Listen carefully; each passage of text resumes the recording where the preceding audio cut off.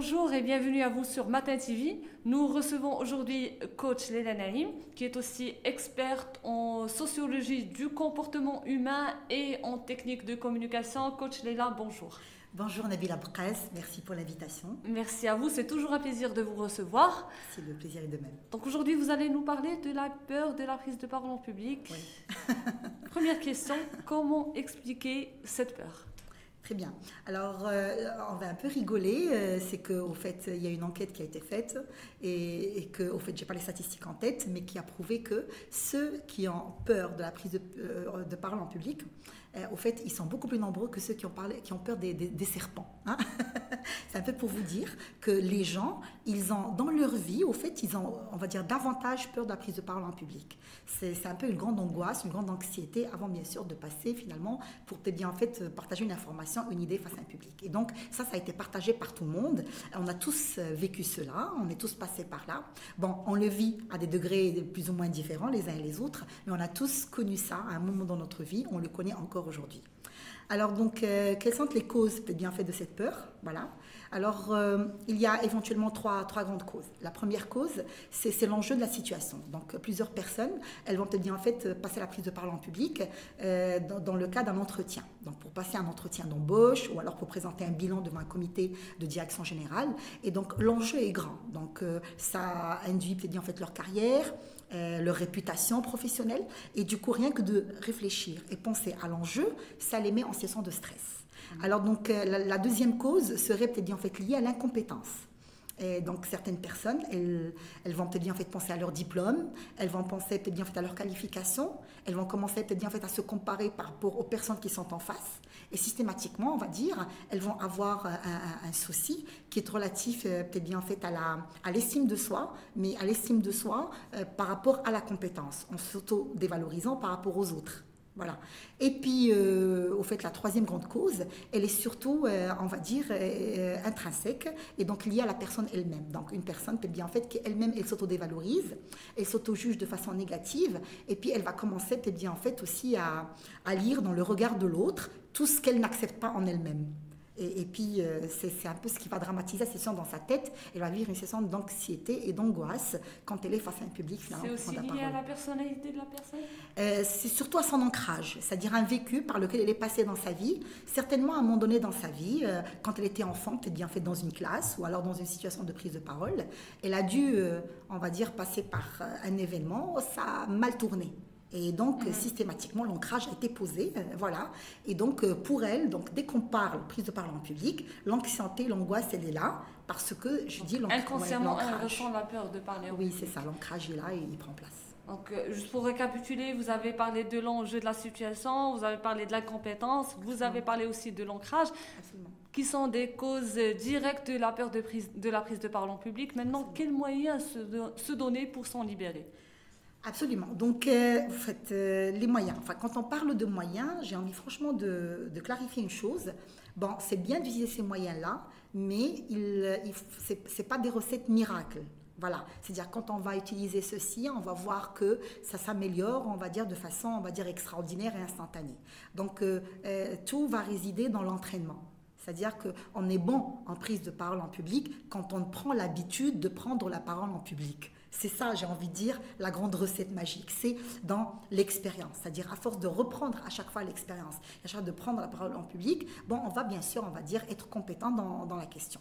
Maintenant, pour les moyens, pour revenir un peu à votre question, donc voilà, donc le premier moyen, c'est de préparer sa prise de parole en public. C'est très important. C'est-à-dire qu'il y a plusieurs personnes qui croient que l'exercice de la prise de parole en public, c'est un exercice de langue. Alors que ça n'a rien à voir avec la langue, c'est un exercice qui est à la fois psychologique, psycho-affectif et aussi cognitif. Hein. C'est-à-dire qu'il y a quand même un contenu à donner à un public, donc il faut préparer préalablement. Il faut avoir confiance en son contenu, ce que je vais dire à mon public. Et aussi, on va dire tout un travail, bien sûr, on va dire psycho-affectif qui devrait se faire en amont.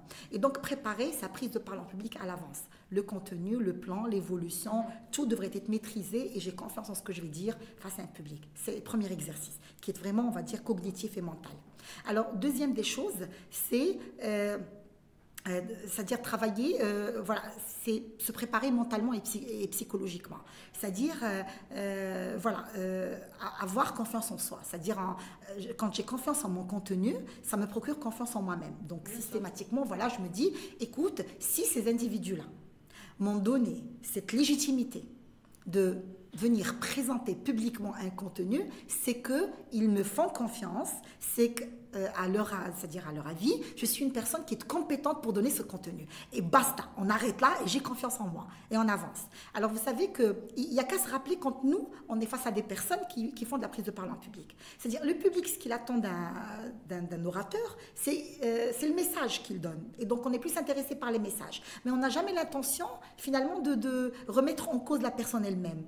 Et donc, quand on est face à un public, il suffit de se remémoriser ceci. Ce monde qui est en face de moi, il est là pour écouter ce que je viens de dire, mais il n'a aucune intention, on va dire, négative vis-à-vis de moi-même. Ils ne sont pas ici pour me juger, encore moins pour me faire mal. Et donc, que ça se calme et que je reste concentrée sur le contenu. Alors, troisième des choses, c'est la posture. C'est-à-dire, quand je suis devant le public, on conseille toujours aux orateurs d'essayer de prendre conscience de leur présence. Et donc, quand ils sont debout, c'est-à-dire de mettre les pieds, on va dire, sur le sol, directement sur le sol. Ça permet de faire un ancrage et systématiquement, en fait, de prendre conscience de son corps. Deuxièmement, quand il y a un bureau ou alors un pupitre, de poser la main sur le bureau, sur le pupitre, ou alors le coude. Voilà, chose que je ne fais pas maintenant. Voilà, et donc, quand on pose la main sur le pupitre ou alors sur le bureau, ça aussi, ça rassure. Ça régularise la respiration. Et donc, vous savez, voilà, on se sent un peu rassuré parce qu'on tient quelque chose et parce que, voilà, donc, et là, et on contrôle nos gestes et systématiquement notre respiration et puis ça va nettement mieux, hein, ça va nettement mieux. Alors, troisièmement, vous savez, quand on commence à stresser face à un public, on sent toujours la tension dans une partie de notre corps. Le cou peut-être, ou alors le bras, ou alors l'épaule, etc. Mais on sent comme un nœud, donc dans une partie du corps. Il faut prendre conscience de la partie où le stress finalement se cumule. Parce que dès qu'on prend conscience de la partie où le stress est cumulé dans notre corps, systématiquement, ça déstresse et on va dire, ça va beaucoup mieux. Et donc, mentalement, je dois dire, par exemple, je sens le stress bien fait dans mon cou, je vais dire, je prends conscience de mon cou et je relâche mon cou. Dès que tu le dis inconsciemment, c'est-à-dire tu le dis intérieurement, ben cette partie-là, elle se relâche et on se sent beaucoup mieux. Donc, quand je sens le nœud dans le ventre ou alors sur le cou, quoi que ce soit, il suffit de dire ça. Voilà. Et donc, on se sent nettement mieux par la suite. Et puis, le public. Donc, le quatrième conseil, le public, quand il est en face, vous savez, il suffit de rentrer en contact avec lui pour un peu dédramatiser la situation, sympathiser avec lui, les voir sourire. Et quand on les voit sourire, ça nous met en situation, on va dire, de confort et de sécurité. Par exemple, je suis devant le public et systématiquement, donc, c'est un peu pour me rappeler qu'ils sont là pour mon message et pas pour moi-même. Et donc, ils ne sont pas ici pour me juger. Je pourrais leur poser la question. Donc, bonjour, quelles sont vos attentes par rapport à cette intervention? Quels sont vos besoins? Qu'est-ce que vous attendez de moi? Et là, ils vont commencer à parler de leurs attentes et leurs besoins. Et donc, en interagissant avec eux par rapport aux attentes et aux besoins, ça me permet bien en fait de mieux les connaître, mieux les comprendre et surtout mieux connaître leurs attentes. Et donc, ça me rassurera parce qu'on va avoir peut-être bien en fait un échange qui est sympathique, où il n'y a pas d'enjeu, voilà, et qui va aussi me permettre de mieux peut-être bien en fait canaliser, on va dire, leurs besoins et leurs attentes, et donc mettre bien évidemment mon intervention dans leur perspective recherchée. Alors là, c'est lorsque vous êtes face à un public qui est souriant et qui s'exprime. Alors, maintenant que lorsque vous êtes face à un public qui ne s'exprime pas, qui... Ben, justement, ce travail-là, il consiste j'ai envie de dire, à l'impliquer, à le pousser à s'exprimer. Parce que quand on est là et on le regarde, alors le public nous regarde, nous on le regarde, bon, on se pose plein de questions et puis là, on commence à parler. Donc, il y a une tension, une pression. C'est pour ça qu'il faut venir déjà souriant. Donc, l'orateur doit être souriant et puis aller vers le public et poser la question. Donc, bonjour, voilà, quelles sont vos attentes aujourd'hui? Quels sont vos besoins? Qu'est-ce que vous attendez de moi? Et donc, quand on pose une question comme ça au public, systématiquement, il va s'exprimer. Et donc, il va sourire, il va s'exprimer. Et donc, si vous voulez, on va les mettre déjà dans l'ambiance et on va nous mettre aussi dans l'ambiance. On va créer une sympathie. Ils vont voir qu'on est une personne sympathique. voilà, parce qu'on va parler finalement sans enjeu. Et nous aussi, on va voir que c'est des gens qui sont sympathiques et qui sont ici, pas pour nous juger, pas du tout. Ils sont là parce qu'ils ont des besoins en information qui sont pointus et ils comptent sur nous, sur notre compétence pour bien sûr combler ces besoins-là. Et donc là, ça va créer une sympathie entre les deux éléments et on va être franchement dans une zone de confort et ça se passe nettement mieux par la suite. L'un des éléments que j'ai retenu et qui est très important, c'est la respiration. Oui, voilà. Quel type de respiration vous recommandez dans ce genre de situation? Absolument, Nabila. Bah oui, tous les coachs conseillent pour la respiration. C'est vrai que c'est un remède vraiment extraordinaire. Donc, c'est simple. La tension, elle monte, la pression, elle est là. Donc, vous savez, il y a des palpitations, des fois, il y a une tension qui monte, c'est-à-dire carrément, en fait, on a l'impression qu'on entend un bruit en arrière-plan dans l'oreille. Peut-être. Absolument. Donc, on conseille aux personnes de se calmer avant la prise de parole en public, d'être dans une situation confortable, c'est-à-dire s'asseoir de façon confortable, et puis essayer d'inspirer l'oxygène très lentement, bien gonfler l'abdomen, et commencer par la suite par vider l'abdomen par la bouche, très doucement, très doucement. Donc je répète, j'inspire par le nez, bouche fermée, de l'oxygène, je gonfle l'abdomen et par la suite je commence à vider mon abdomen tout doucement par la bouche, pas par le nez. Combien de fois avant Bon, écoutez, on le fait 3 minutes carrément en fait, voilà, avant et puis on va voir que ça se calme, systématiquement ça se calme. Un dernier conseil pour tous ceux qui nous regardent? Oui, donc c'est un peu le conseil que moi je donne en tant que coach, c'est-à-dire pour les personnes finalement que j'accompagne dans la prise de parole en public. Moi, je travaille beaucoup sur l'exercice de la visualisation. Très important cet exercice, voilà. Donc, je demande finalement à ce que les gens, avant la visualisation, plus d'explications pour tous ceux qui nous regardent. Absolument, oui. Donc, c'est avant la prise de parole en public. La veille était bien faite le soir. Donc, ils se mettent dans une situation qui est très calme. Donc, c'est bien fait dans leur chambre. C'est calme, ou alors une chambre un peu où il n'y a personne. Et là, ils vont commencer un peu à visualiser le lieu dans lequel ça va se passer demain. Donc, je visualise le lieu, je commence à le voir certains détails sur le lieu, etc. Je me visualise moi-même, c'est-à-dire moi, ma gestuelle, comment je bouge, ce que je porte éventuellement. Et puis, je me vois en train on va dire, d'intervenir, de dire finalement l'intervention que je vais dire le lendemain.